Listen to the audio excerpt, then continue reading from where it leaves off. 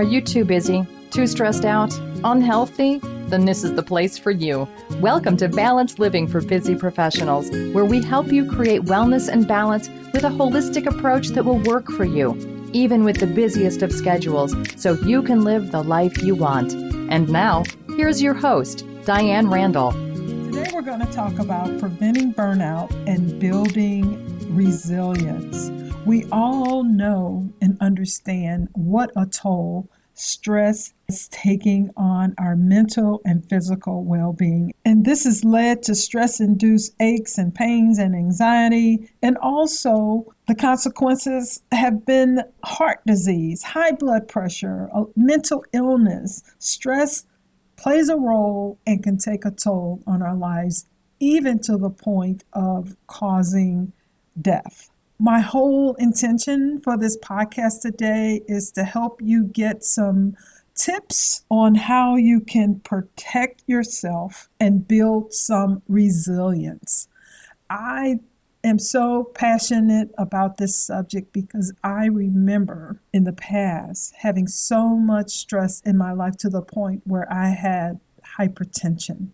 I had high cholesterol at a very young age, and trying to balance being a single mom, balance having children to raise, balance having a wonderful, demanding career. All these things, no matter how happy I was about the work and being a mom, all these things were taking a toll on me from a stress perspective. So I invited Lawrence Mitchell, founder of Raw Energy and the author of the book Success Without Stress, to talk to us about how we can build and reduce the stressors in our life. I was doing research for this episode, and I was very surprised that little about the connection between job pressures and health and stress has been written. It's just so interesting that there hasn't been a lot of studies done on the connection between job pressures, health, and stress. So Lawrence Mitchell, founder of Raw Energy, talks to us about how we can prevent burnout and build resilience for optimal health and performance, and what you can do to prevent yourself from the harmful effects of stress. I'm just so excited that you're here today. I would love it if you could introduce yourself. Sure. So I'm based in the UK, in London, as you can probably tell from my accent. Yes. And I really wear three hats. Is probably the best way to describe it. So I am a health and well-being coach and founder of Raw Energy, as you said. I'm also the leader of a corporate well-being program, which I set up a couple of years ago, and it's in the same company where I'm chief marketing officer. So I wear a number of hats, which means that I'm quite used to doing lots of things and have experienced a fair bit of stress in my time. And that seems to be the perfect thing, the perfect combination to have you here to talk about stress because you wear those hats.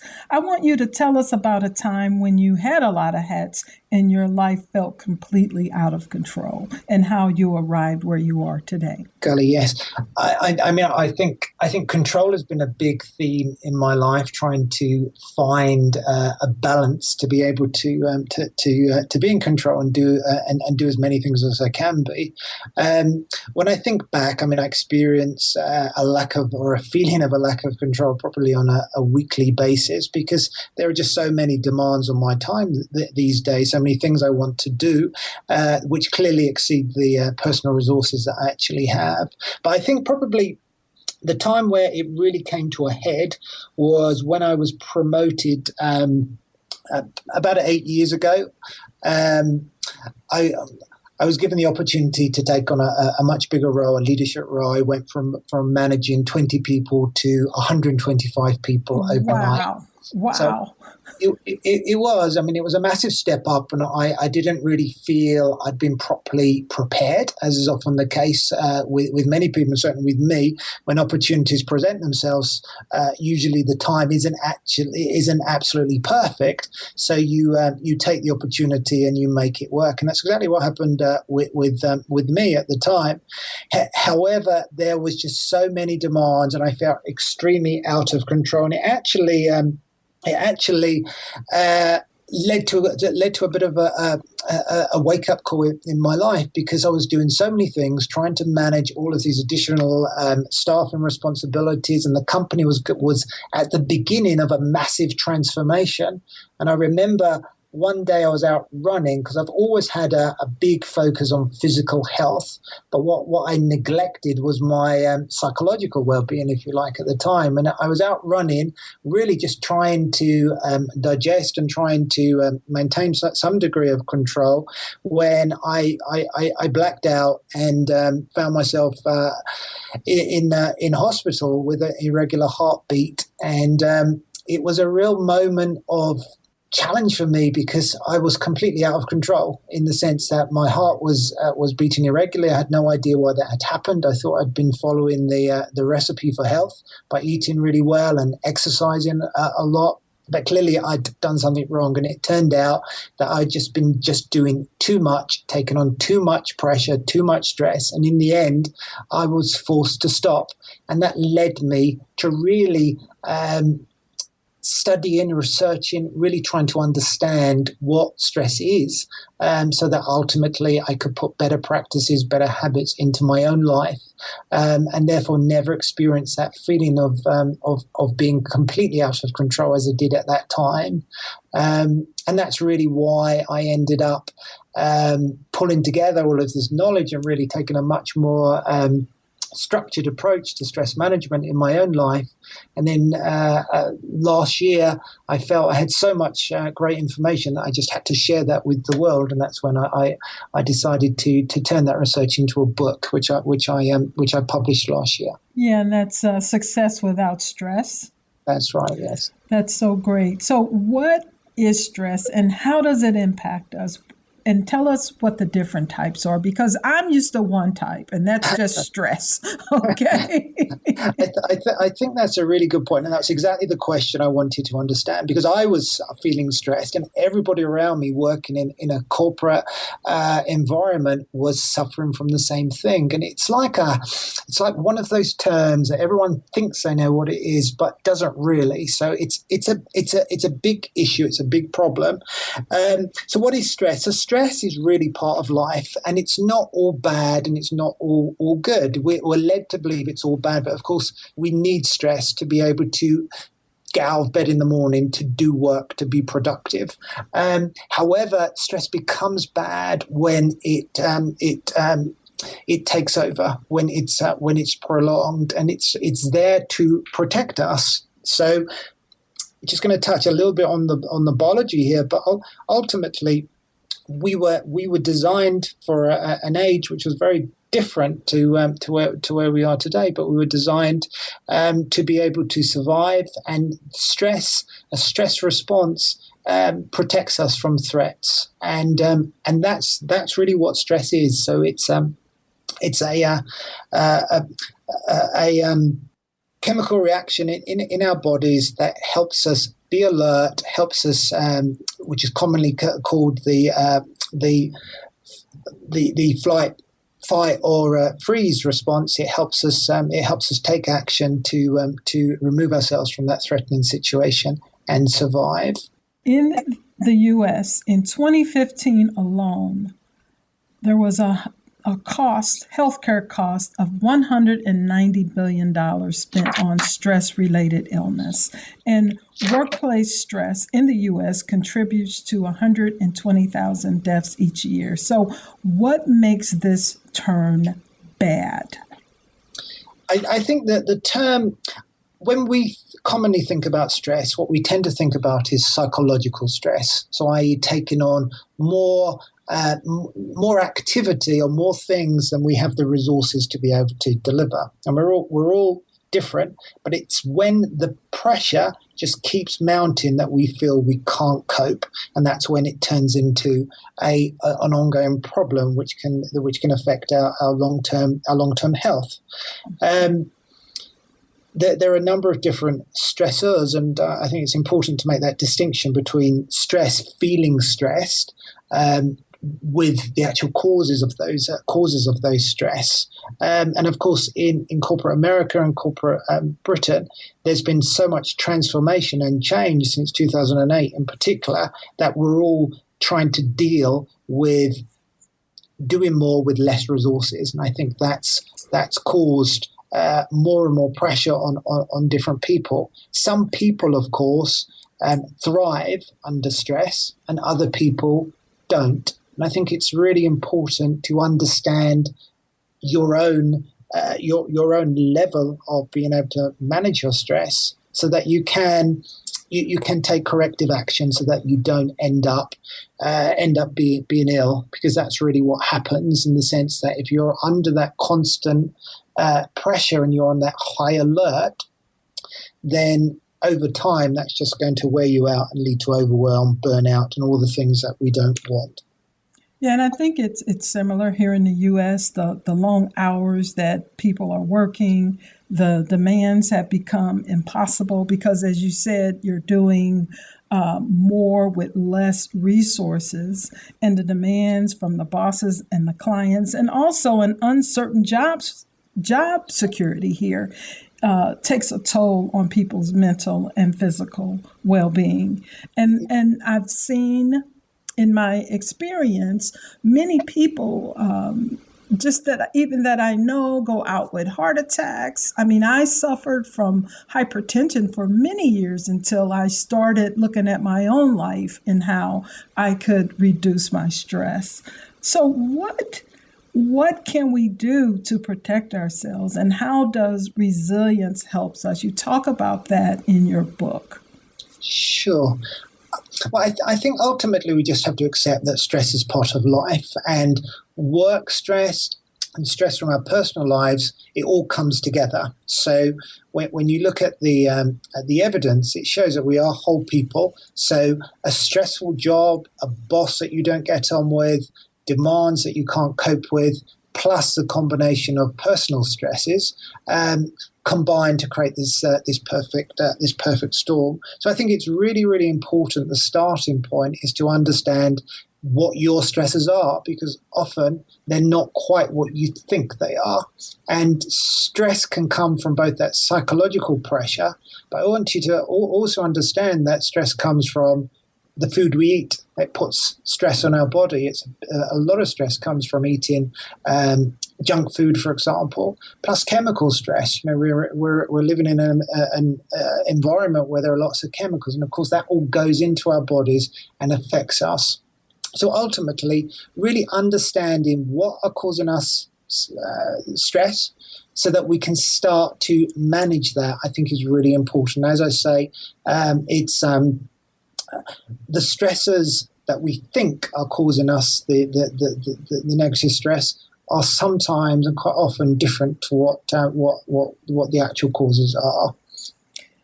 And if someone's listening and they want us just tomorrow when they wake up, they want to start understanding what stress is and what the impact is on their bodies, their minds, and their spirit, what's the first thing that they need to do? Well, the first thing, on my website, actually, I have a stress quiz. And probably the very first step is going through that quiz and answering the questions. And you'll quickly understand by the end of that where you are and what's causing you stress. So once you've got that clarity, once you've done that, then it's starting to think through some solutions. So really think through, what can I do? And it's one step at a time, because you don't want to make huge changes in your life and your lifestyle, because that, of course, adds more stress. Change is stressful. So even though we might be doing things that are not helping us, just really starting by understanding the whole picture and then creating a roadmap to start to change small aspects of your lifestyle will gradually start to help you become stronger and build resilience. So that ultimately what happens is if you are going through a massive change, and often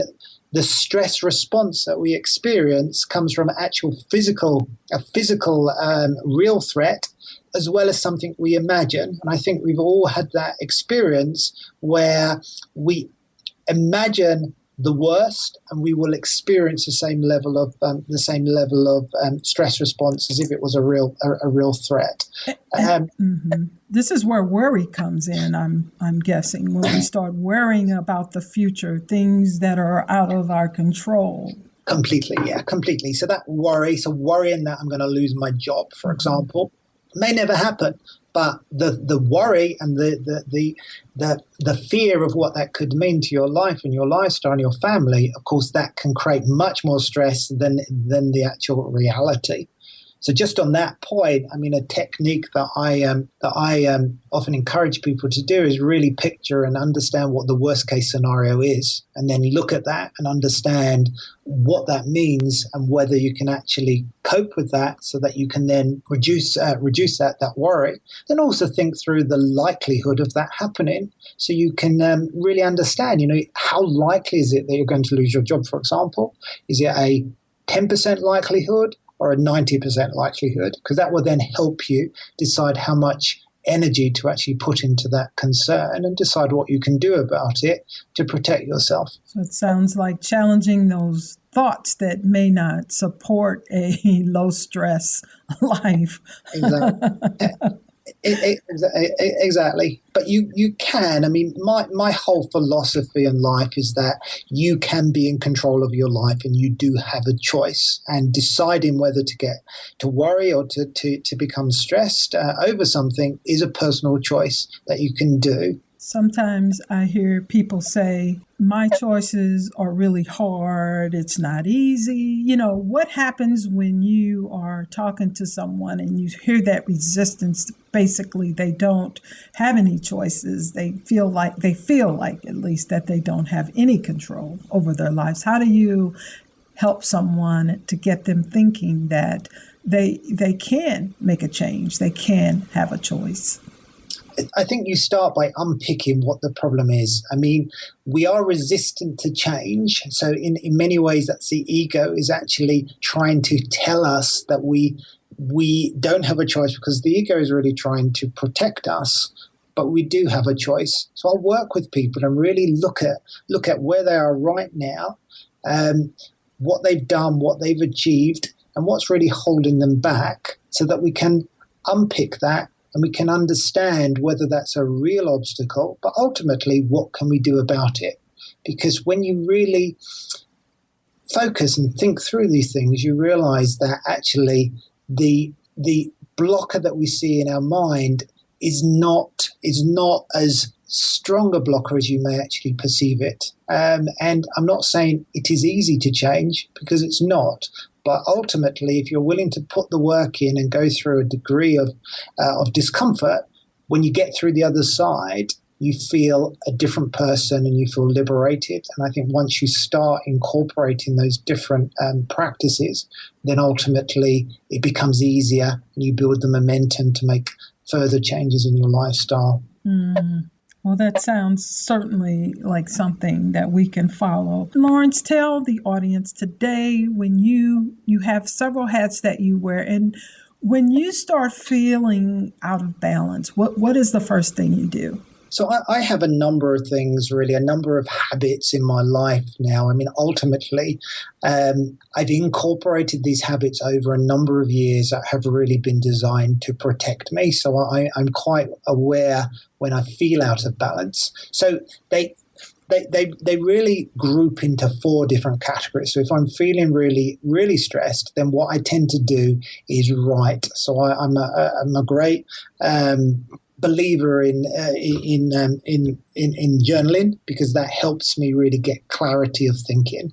Other people have different techniques, but I find just a daily habit of writing in my journal helps me get the clutter, if you like, out of my mind and get clarity on paper. So that is the first thing I do. And the second thing I'll do, and this is a practice that that I've been doing now for the best part of a year is I'll spend probably 15 minutes meditating. So it's taken me many years to integrate meditation into my life because I wasn't ready for it. But a year ago, I finally learned how to meditate, and now it's a daily habit, and that really helps me feel grounded and feel much more in control and much more prepared to face the challenges that I have coming at me that day. I love that you said you do things that protect you, that support you, and keep you in balance. So are you saying that people in general, that it's very, that we should incorporate different things into our daily lives, our everyday lives, to support us so we can be proactive, and yet when we're going down that path of stress, we automatically can call on or do things to help us reduce our stress at that moment, right in the moment.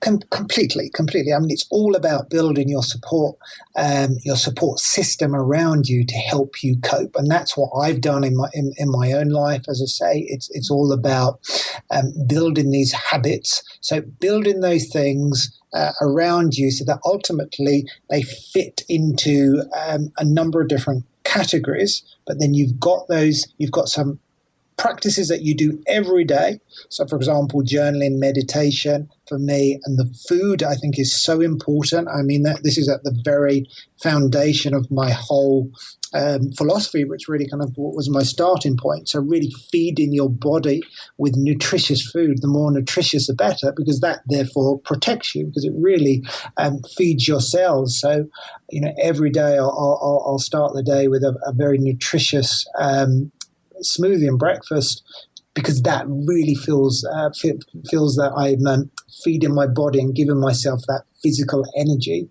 to work through the day.